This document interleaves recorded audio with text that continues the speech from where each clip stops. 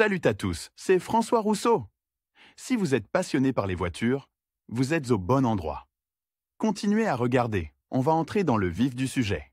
Les conducteurs expérimentés connaissent les problèmes qui peuvent survenir lorsqu'ils essaient de démarrer une voiture qui est restée inutilisée pendant un mois ou un an. En revanche, pour les débutants qui ne disposent pas de telles connaissances, leur manque de savoir peut les amener à risquer de se retrouver sans véhicule au moment le plus opportun. En fait, savoir comment démarrer la voiture après une période d'inactivité suffisamment longue est le minimum nécessaire qui détermine la culture de la conduite. Il est donc logique d'aborder cette question avec le plus grand soin, en prêtant attention à toutes les nuances qui peuvent entraver le démarrage réussi de l'unité motrice qui est restée longtemps inactive. Que faire pour démarrer le moteur après un stationnement de longue durée? Il convient de noter que l'ensemble des mesures liées à la préparation du véhicule pour son fonctionnement après une immobilisation dépend largement de la durée de celle-ci. Il est clair que quelques semaines ne risquent pas d'affecter la possibilité de démarrer le moteur, mais en cas d'immobilisation de 6 mois ou plus, de nombreuses unités et systèmes du véhicule doivent faire l'objet d'un contrôle approfondi. Dans le cas contraire,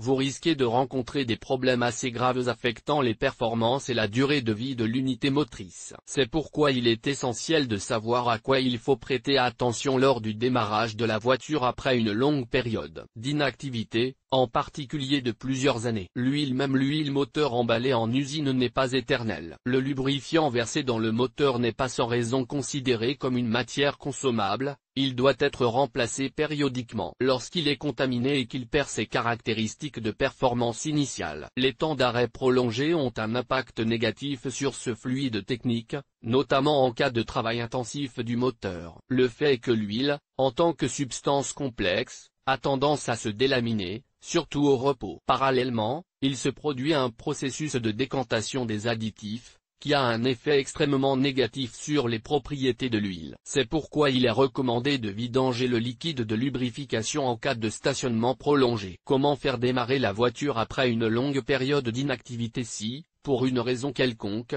l'huile n'a pas été vidangée? La réponse est assez élémentaire, nous vidons le liquide usagé et rinçons le système de lubrification. Cette étape aurait pu être évitée si nous avions effectué cette procédure avant que la voiture ne soit conservée, après quoi nous pouvons verser de l'huile neuve en remplaçant obligatoirement le filtre à huile. Carburant. L'essence, tout comme le gazole, est pratiquement à l'abri de la délamination, mais il y a des nuances à apporter. En effet, de la condensation peut se former dans le réservoir d'essence en cas d'immobilisation prolongée dans un garage, et surtout, dans un parking ouvert en ville. Ce phénomène s'explique par les fluctuations de température. Bien sûr, elles se produisent lors d'un fonctionnement intensif du véhicule. Cependant, dans ce cas, les conséquences ne sont pas si tangibles, car le carburant est rapidement consommé, et le réservoir d'essence est rempli d'une nouvelle portion. Dans une voiture immobilisée pendant des mois, la concentration d'humidité résultant des processus de condensation peut atteindre des valeurs significatives, ce qui affectera certainement la qualité du mélange de carburant lors du démarrage de l'unité motrice. Par conséquent, pour démarrer une voiture stationnée depuis longtemps, il est recommandé de laisser le réservoir d'essence presque complètement plein. Dans ce cas, la condensation sera moins importante. Si la voiture a été garée pendant plusieurs années et que le réservoir a été très mal rempli, il est recommandé de le vider complètement et d'y verser du carburant de qualité. Batterie. Même les propriétaires inexpérimentés savent que si la voiture est conduite relativement rarement en hiver, la batterie doit être retirée et placée dans une pièce chauffée. En dernier recours, il est recommandé de retirer la borne positive. Si cela n'est pas fait, 5 à 6 mois d'inactivité suffisent pour que la batterie soit complètement ou presque complètement déchargée. Si la voiture a été immobilisée pendant plus d'un an, les chances de réussite des mesures de réanimation diminuent rapidement jusqu'à devenir nulles. Certains pensent qu'une batterie de voiture en état de marche peut rester en place pendant n'importe quelle période sans conséquence pour elle. Il s'agit bien sûr d'une idée fausse, il y a toujours des fuites, même imperceptibles. De plus, même une batterie complètement déconnectée du réseau de bord meurt avec le temps. Et si elle n'est pas neuve, ce processus peut avoir des conséquences irréversibles. Par conséquent, la première chose à faire avant de démarrer une voiture qui est restée inutilisée pendant un an ou plus est d'essayer de charger la batterie à l'aide d'un chargeur de qualité. Il convient de noter d'emblée que les chances de réussite sont minces, en particulier pour les batteries vieillissantes. Les batteries âgées de 4 à 5 ans sont considérées comme telles. Dans certains cas, il peut être utile de compléter l'électrolyte, mais il est recommandé de ne le faire soi-même qu'à l'aide d'un appareil qui mesure sa densité. Celle-ci doit correspondre à une certaine valeur. Si cela ne suffit pas, la batterie doit être remplacée par une neuve. Notez qu'il s'agit de l'un des problèmes les plus courants liés à l'immobilisation prolongée d'un véhicule. Lire aussi, comment enlever les rayures sur la vitre de la voiture, conseil d'expert. Bougie d'allumage. Une voiture moderne est littéralement bourrée d'électronique, elle compte à elle seule plus de 2 douzaines de capteurs, et tous ces équipements sont reliés par plusieurs centaines de mètres de câbles. Si la voiture est restée longtemps sans bouger dans un garage ou dans la rue près des poubelles, il n'est pas exclu que des rongeurs n'aient pas altéré l'intégrité des câbles. La présence de souris peut être indiquée par des excréments laissés par les rongeurs sous le capot ou directement sous la machine. Elles ne peuvent pas abîmer les bougies d'allumage, mais il convient de les vérifier en les ayant préalablement dévissées. En règle générale, un stationnement prolongé n'affecte pas leur aspect, à l'exception de la rouille sur les parties métalliques. Mais il est tout de même fortement recommandé de les nettoyer soigneusement. Et mieux encore, installer un jeu de bougies neuves, surtout si la voiture a été immobilisée pendant plus d'un an. Dans ce cas, vous faciliterez la recherche des raisons pour lesquelles le moteur ne démarre pas. Les caoutchoucs d'étanchéité. Il est particulièrement important de vérifier l'état des caoutchoucs d'étanchéité. En effet, l'une de leurs faces est généralement en contact permanent avec l'huile du moteur, qui n'est pas agressive pour le caoutchouc. Or, même lors d'un arrêt de courte durée, le liquide de lubrification s'écoule dans le carter, et les joints d'étanchéité et d'huile sont complètement vidés. S'il reste longtemps dans cet état, sous l'influence de l'air et des différences de température, il commence à se détériorer. Des fissures se forment, entraînant une perte d'étanchéité des joints. Elles n'affectent pas directement le démarrage du moteur, mais il est fortement recommandé de regarder sous le capot après son réchauffement et de s'assurer qu'il n'y a pas de fuite d'huile moteur, sinon le moteur peut commencer à manquer d'huile, ce qui peut avoir de graves conséquences. Tuyaux. Les tuyaux en caoutchouc, nombreux dans la voiture, posent exactement le même type de problème. En cas de stationnement prolongé, ils perdent, comme les joints, leurs propriétés d'origine et se couvrent de micro-fissures. Au moment de démarrer la voiture, ces micro-fissures peuvent ne pas apparaître, mais les fuites ultérieures de fluide technique entraînent de graves problèmes, qu'il s'agisse d'huile moteur, de liquide de refroidissement, de liquide de frein ou de carburant. C'est pourquoi, avant de démarrer la voiture après une longue période d'inactivité, il est nécessaire d'inspecter très soigneusement les tuyaux pour détecter les défauts extérieurs. Si la voiture est restée inactive pendant 4 ans ou plus, tous les tuyaux doivent être remplacés par des neufs. Une immobilisation aussi longue est préjudiciable aux produits en caoutchouc. Liquide de frein. Les caractéristiques de ce fluide technique supposent d'abord la présence d'une hygroscopicité élevée, c'est-à-dire la propriété d'une bonne absorption de l'humidité. Même si le véhicule est utilisé sans temps d'arrêt, il est recommandé de remplacer le liquide toutes les quelques années. Après un stationnement prolongé, une telle procédure est tout simplement nécessaire,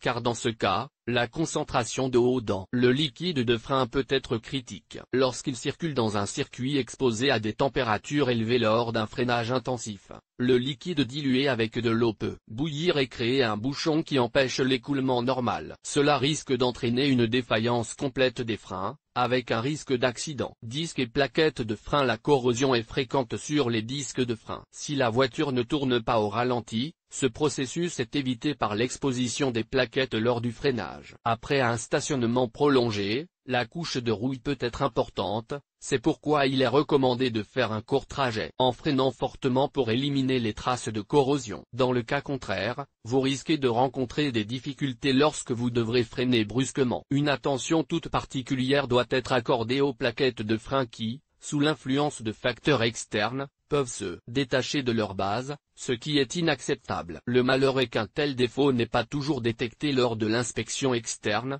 de sorte qu'un voyage préparatoire est nécessaire dans ce cas également. Lorsque le moteur tourne au ralenti depuis plus de 3 ans, il est absolument nécessaire de remplacer les CT par des neufs. Comment démarrer le moteur après une longue période d'inactivité? Les caractéristiques du démarrage du moteur après une période de ralenti sont déterminées par sa durée. Examinons les cas les plus typiques. Stationnement pendant moins d'un mois. Si la voiture est neuve ou en bon état technique, le démarrage du moteur ne devrait pas poser de problème. Dans la plupart des cas, la raison principale des démarrages ratés est la décharge de la batterie, surtout en hiver. Des gelées d'environ 15 degrés, qui durent une semaine ou plus, garantissent la décharge complète de la batterie. En été, une période de stationnement aussi courte ne devrait pas affecter les propriétés de la batterie, bien que dans ce cas également, des fuites de courant soient présentes, mais à petite échelle. Symptômes indiquant une décharge complète ou importante de la batterie: si les voyants du tableau de bord ne s'allument pas lorsque le contact est mis. La tentative de démarrage du moteur s'accompagne d'un bruit de cliquetis et le démarreur ne tourne pas.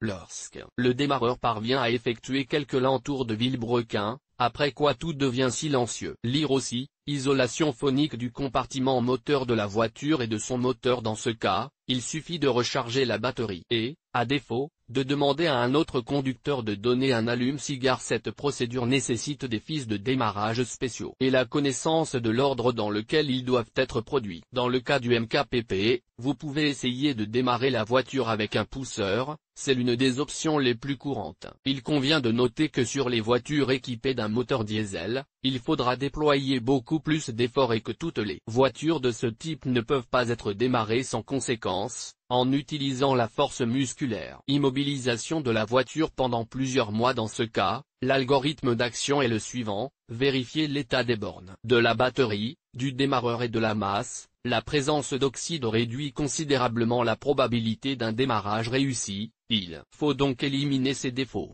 Charger complètement la batterie. Vérifier le niveau d'huile et de liquide de refroidissement. Si la voiture a été garée à l'air libre, il est probable que les contacts de la bobine d'allumage et de la pédale soient oxydés. Dans ce cas, ils doivent être nettoyés, y compris de la suie.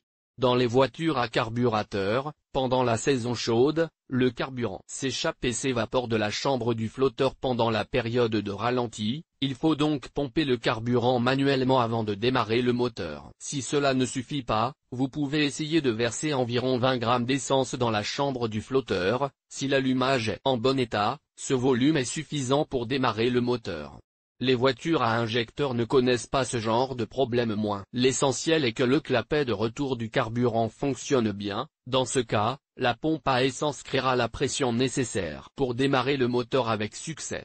Sur les voitures équipées d'un moteur diesel, le système d'alimentation en carburant peut s'étrangler à la suite d'une période d'inactivité prolongée. Il est possible d'éliminer l'air à l'aide d'un dispositif spécial de pompage manuel, mais celui-ci n'est pas présent sur tous les modèles. Sur de nombreux véhicules diesel, une soupape spéciale permet de résoudre ce problème. Si toutes les opérations préparatoires ci-dessus n'ont pas donné de résultat, il convient de rechercher un dysfonctionnement qui ne permet pas de démarrer le moteur. Démarrage du moteur d'un véhicule mis en conservation. En règle générale, on a recours à cette opération si la durée d'immobilisation prévue est supérieure à 1 an. Dans ce cas, le démarrage du moteur est toujours une procédure très exigeante, qui aboutit souvent à un échec. Pour minimiser la probabilité d'un tel résultat, il convient de suivre les recommandations suivantes: charger la batterie, la brancher. S'assurer que les bornes sont bien connectées. S'assurer que le système d'alimentation en carburant fonctionne correctement. Le plus souvent, si la voiture a été garée sur un terrain découvert, de l'humidité pénètre dans le réservoir de carburant. Vous pouvez vous en débarrasser en vidant le carburant usagé et en versant du carburant neuf. Le réservoir d'essence est généralement équipé d'un bouchon de vidange à cet effet. En hiver, il peut être très efficace de verser 200 à 300 grammes d'alcool éthylique dans le réservoir, puis de faire le plein. Dans ce cas, l'alcool, mélangé à l'eau, brûle dans les cylindres comme un carburant ordinaire. Pour les voitures à carburateur, le pompage manuel du carburant est effectué à l'aide d'une pompe à essence. Pour les véhicules à carburateur, on pompe manuellement le carburant à l'aide d'une pompe à essence. Pour les véhicules à moteur diesel, on utilise une poire. Procédure obligatoire, vérifier le niveau des fluides techniques. Un manque de Tosol est admissible, le moteur démarre, mais il est inadmissible de démarrer le moteur sans huile. Le remplissage doit être effectué avec le même lubrifiant que celui présent dans le moteur, le mélange d'huile est inadmissible. L'étape suivante consiste à vérifier l'état et à nettoyer les contacts de distribution. Il est conseillé de remplacer les bougies par des neuves après de très longues périodes d'inactivité. Un autre problème, surtout dans le cas des moteurs ayant un kilométrage élevé, est le collage des segments de piston. Il est possible de les déboucher à l'aide de quelques techniques simples et courantes. Il est également nécessaire de vérifier l'état des tuyaux et des canalisations. Après une si longue période d'inactivité, ils peuvent se fissurer et perdre leur étanchéité. Modalité de démarrage du moteur en hiver. Après une longue période d'inactivité en général, la procédure de préparation du véhicule au démarrage est similaire à celle décrite ci-dessus, à quelques détails près. Décrivons l'algorithme de cette opération: faire le plein de carburant à l'aide de la pédale d'accélérateur ou manuellement, pour les modèles à carburateur. Mettre le contact et faire une pause de quelques secondes. Actionner le démarreur pendant 8 à 10 secondes au maximum. Si l'essai n'a pas été concluant, répétez l'opération à 2 minutes d'intervalle. Pour faciliter le démarrage du moteur sur la voiture équipée du NKPP, il est possible d'appuyer sur la pédale d'embrayage. Elle ne doit être relâchée qu'après le réchauffement du moteur, lorsqu'un mode de fonctionnement stable est atteint. Si l'unité motrice fonctionne par à-coups, répétez la procédure depuis le début. Une fois le moteur réchauffé, inspectez la voiture pour vérifier qu'il n'y a pas de fuite. S'il y en a, le moteur est arrêté et la fuite est éliminée. En cas de gel sévère, le moteur doit être réchauffé à un régime minimum et la conduite doit être entamée sans charge lourde.